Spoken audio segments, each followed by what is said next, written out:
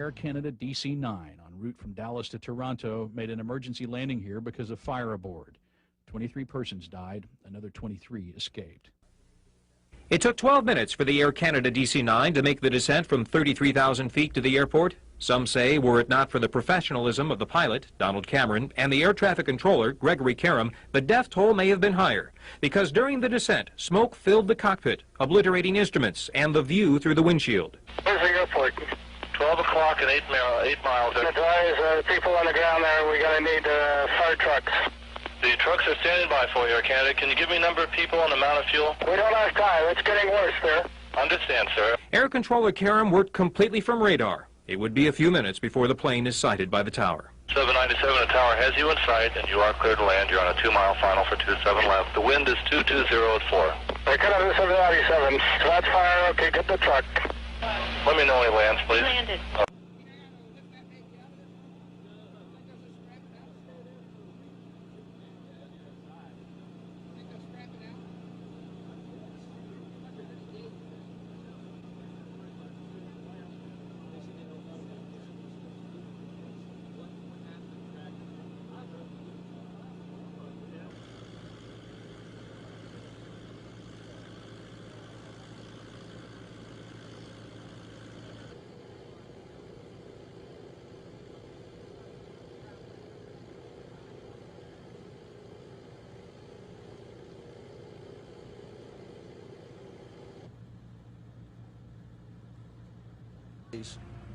Burnt to a crisp, look like mannequins. Couldn't tell, just seen their head, their mouths open.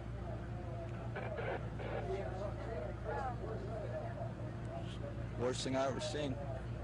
How many bodies did you see? Were the people trapped? Were they sitting in their seats, or? Yeah, they were still in their seats. It's about, I seen, I could say 9 to 10 of them. Was the whole cabin scorched? Yeah, the whole plane was Where completely. were they sitting? What area of the plane? The ones that were the worst were sitting like about the middle. And they were still in their seats, melted into the seats. And we seen the tires blow here, and then he landed there with his nose still in the air. And then we seen him throw open the doors, and I don't know how many got out. How did your husband works here, so that's how you had heard there was a plane on fire? He works for Surveyor, yes, sir. So you got out, and what did you see? Disaster. Yeah, the plane was on fire. Was the plane still in the air, or what? Yep. When I first seen it was here at the end of Surveyor's driveway. The tires blew, and then the nose was still in the air when it landed down there. How much of the plane was on fire at that time? Smoke was pouring out all over. Did you see the people trying to get out? Yeah, we see them come down that chute in the front, and then we see them run off. And then you couldn't see anything. Everybody was all over. A lot of smoke, terrible. I guess, too. Trucks poured in that foam. I never seen a disaster as bad. I mean, you couldn't see them from over here. You could just see a bunch of them running.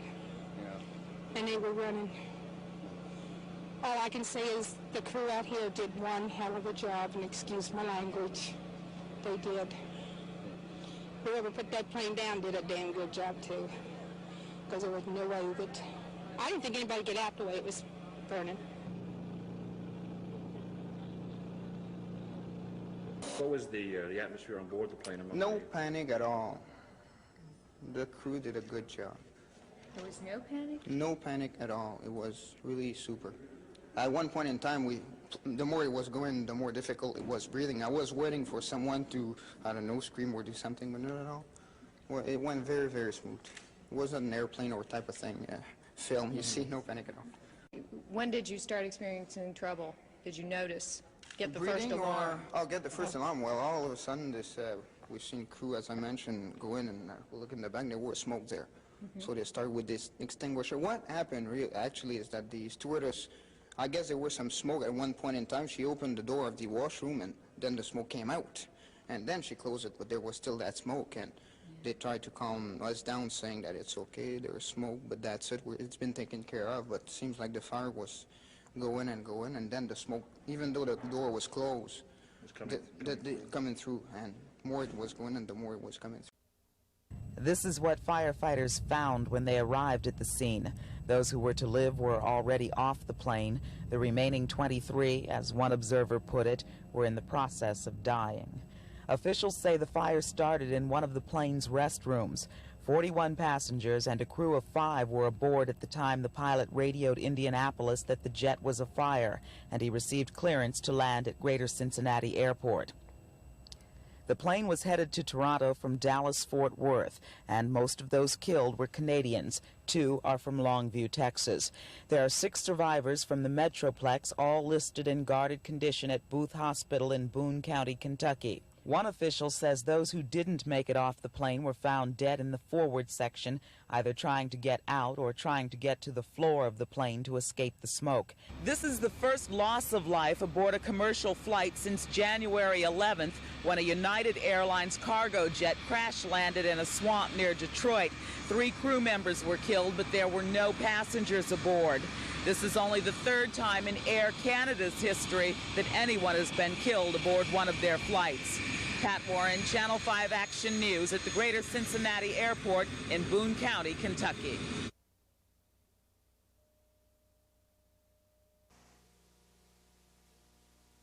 It may not look like it, but this is the house of a hero.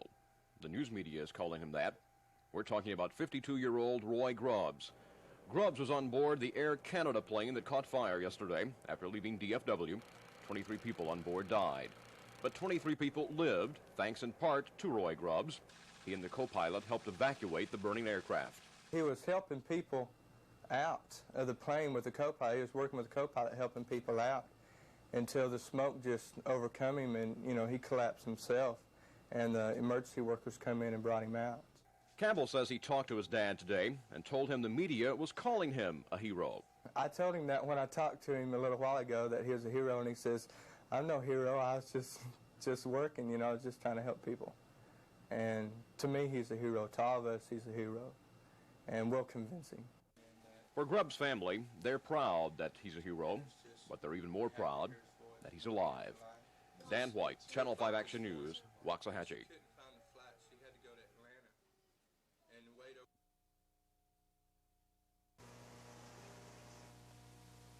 Was back in the back, and I stood there and we tried to start opening up air vents to see if we could do it. They sprayed with a fire extinguisher. It subsided for a very, very short amount of time, and then it started, you know, the smoke. There was never any flames that I ever detected.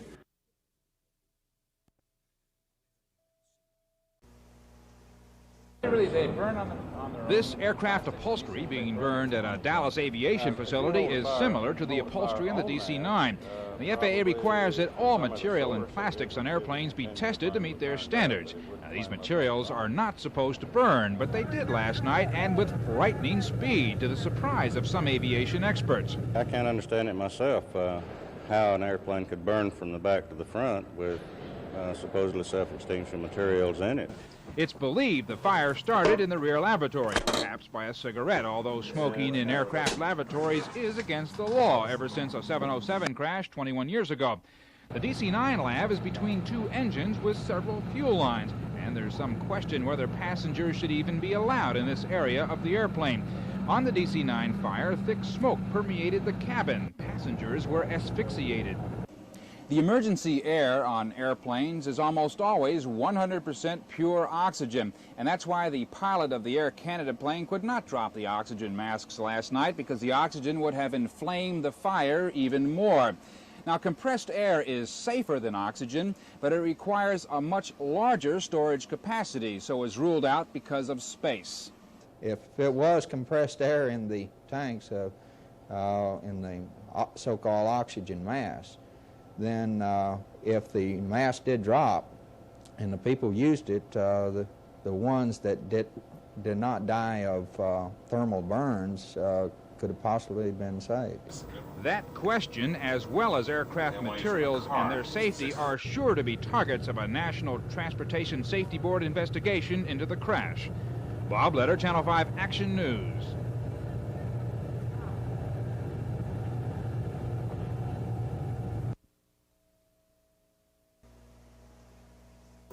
It's under the floor. Just how safe are cabin materials? The FAA requires airlines to test for flammability. The upholstery, carpeting, and plastics are supposed to self-extinguish, but they didn't last night. The cabin burned rapidly and heavy smoke asphyxiated many of the passengers. The emergency air on airplanes is almost always 100% pure oxygen, and that's why the pilot of the Air Canada plane could not drop the oxygen masks last night, because the oxygen would have inflamed the fire even more. Now, compressed air is safer than oxygen, but it requires a much larger storage capacity, so is ruled out because of space. Compressed air could have saved lives last night, should compressed air be installed despite its bulk. It's believed the DC-9 fire started in the rear lavatory, perhaps by a cigarette. Smoking is prohibited in aircraft lavatories. Should it be prohibited altogether on airplanes?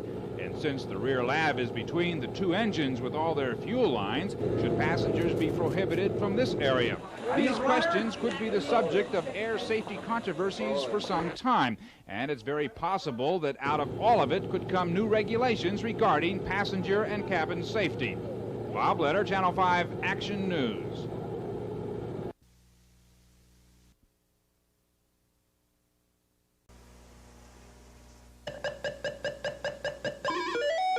Believe it or not, this is a sweet sound to Harry Moseley, not a video noise, but music to his ears made by two of the most beautiful sights in the world, his daughters. Moseley didn't think he'd ever see his family again. He thought the burning walls of an Air Canada jet would be the last thing he'd remember.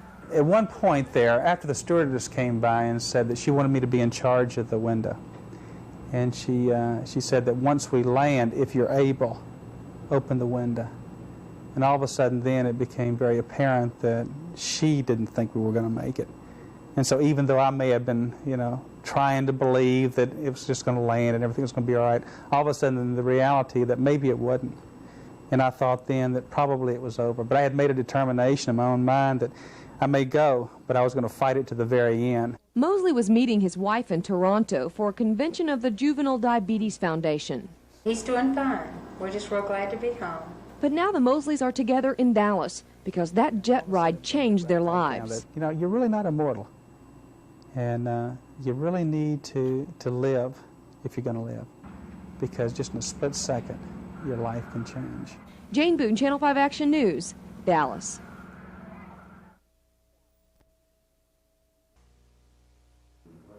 Roy Grubbs is a mechanical engineer from the Dallas area. He's worked in the past for NASA and has a fair knowledge of how a jetliner works. He's also one of only 18 passengers that survived the Air Canada DC-9 fire last month. When it comes to rumors that a smoldering cigarette in the lavatory area was the culprit in that blaze, Grubbs says he doesn't buy it. I just can't believe it. There was nothing that a cigarette could not cause a situation of that nature. Of coming off of the floor of the aircraft in a wastebasket. It was electrical fire. To me, with the knowledge that I think that I have in some of the other programs that I've worked with, it had to be electrical short and caused the fire to occur. Other witnesses told the subcommittee that flight attendants are under-equipped and trained for such emergencies, while others hammered on aircraft materials, many of which give off highly toxic gases when burned. All of this lays a big egg in the laps of government regulators, and the question remains, will new tougher safety standards be Air Canada's legacy? Peter Quinn-Hackis, Channel 5 Action News, Washington. Hell of a lot of smoke.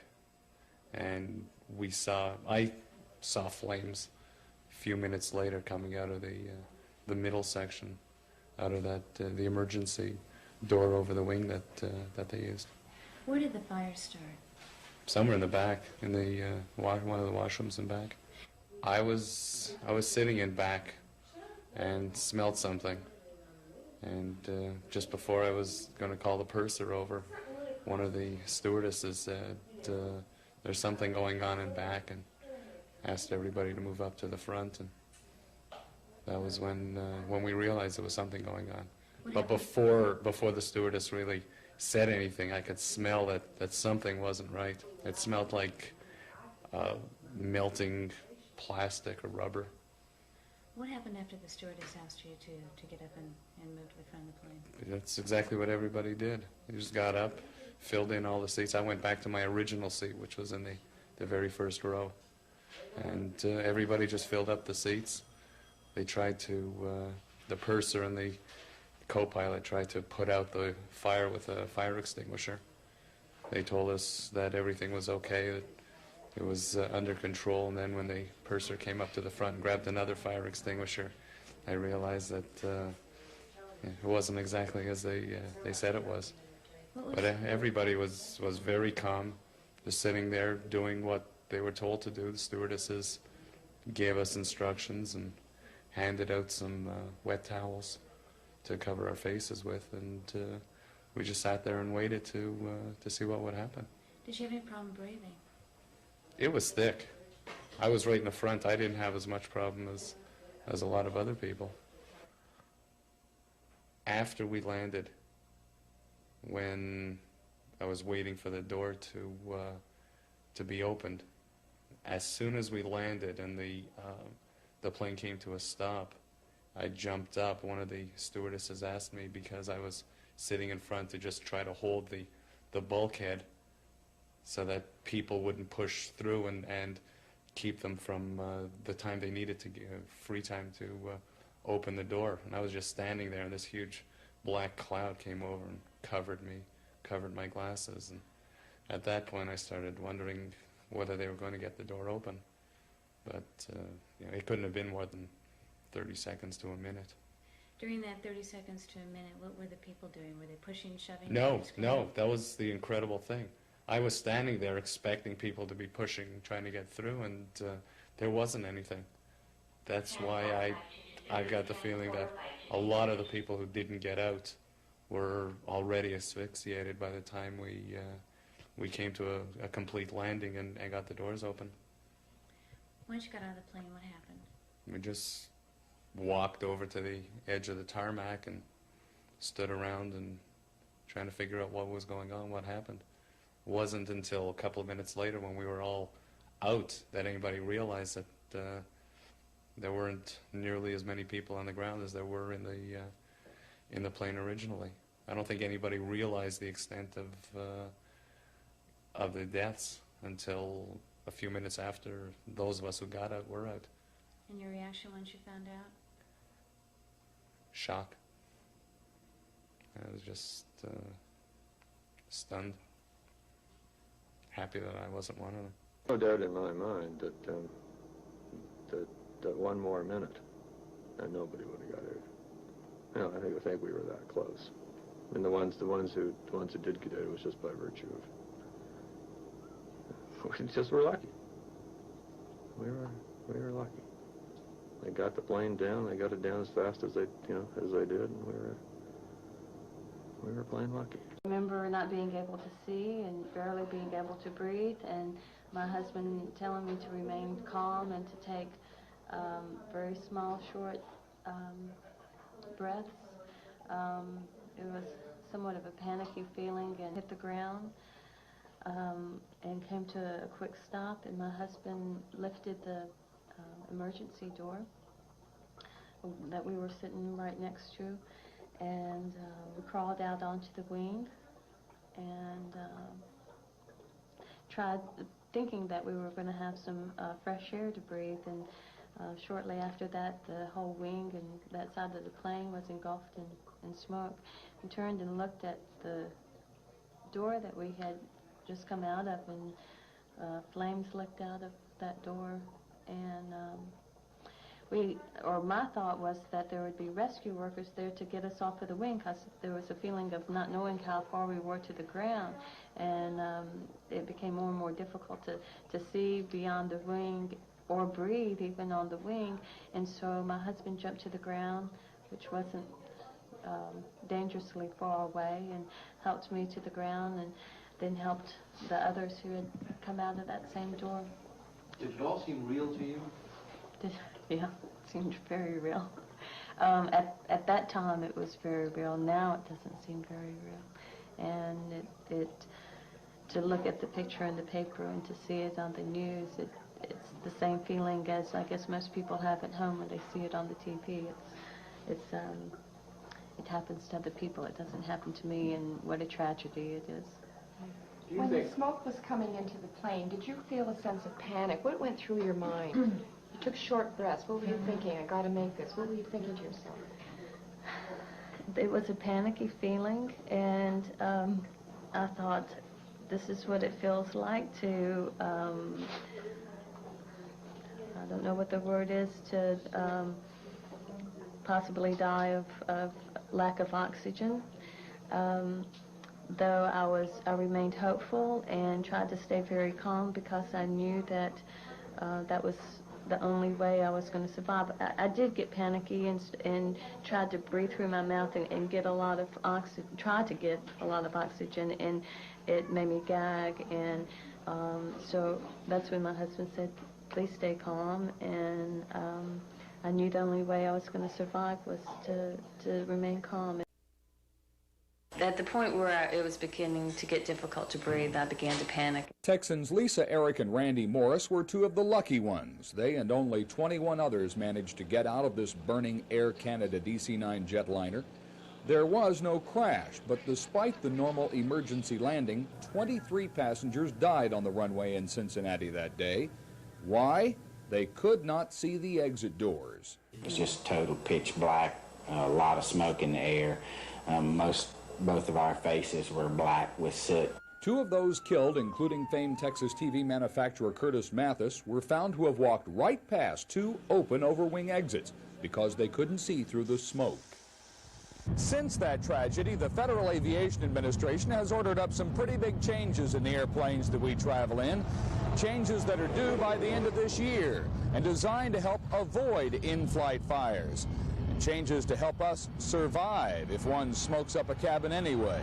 We addressed the problem of getting people out of smoke-filled cabins. Fort Worth inventor George Plumley is largely responsible for new federal rules requiring airlines to install floor-mounted lighting systems that can penetrate smoke and guide passengers to exit doors. The FAA has now ordered floor lights installed in every U.S. airliner by this November. Airline upholstery is not supposed to burst into flame or smoke up a cabin, but it did on Air Canada 3 years ago. So the FAA has now ordered all airlines to install new fire-blocking upholstery on all seats by this October. The fire on board Air Canada was traced to a cigarette in the plane's toilet. Smoking's already prohibited in toilets on U.S. airliners, but as a precaution, the FAA has now ordered smoke detectors and fire extinguishers installed in the toilets and galleys of all commercial planes by this September. And there are even more safety changes promised before year's end. New standards requiring materials that do not cause heavy smoke or toxic fumes, giving passengers who do survive a crash a fighting chance of getting out. Mike Snyder, Channel 5 News Tonight. The Air Canada fire in Cincinnati was a real disaster several years ago. The plane landed intact, but the fire continued to burn and many were killed or injured. Well, that was the scenario today with this Air National Guard C-130 simulating a passenger jet. The first crash trucks on the scene knocked down the fire. Other firefighters then led off the walking wounded. Texas Women's University in Denison was supposed to provide 90 student nurses to act as passengers. Only 5 showed up. A number of nearby city workers were pressed into service. During an actual emergency, the Dallas Fire Department would be in charge, and this exercise was to test their ability to command and control the situation. And also the actual physical movement of the ambulances, of the medical personnel, and all the support personnel that need to come in. There was a strong attempt to make the situation as real as possible. Patients were treated by medical personnel, in some cases bandaged, and then taken to one of 5 nearby hospitals. These are priority 2 patients. They will be arriving code 3 with an ETA of 10 minutes. Despite the shortage of casualties, city officials were very pleased with the whole simulation, hoping, of course, what was learned today will never be put to use. Bob Letter, Channel 5 News, Love Field.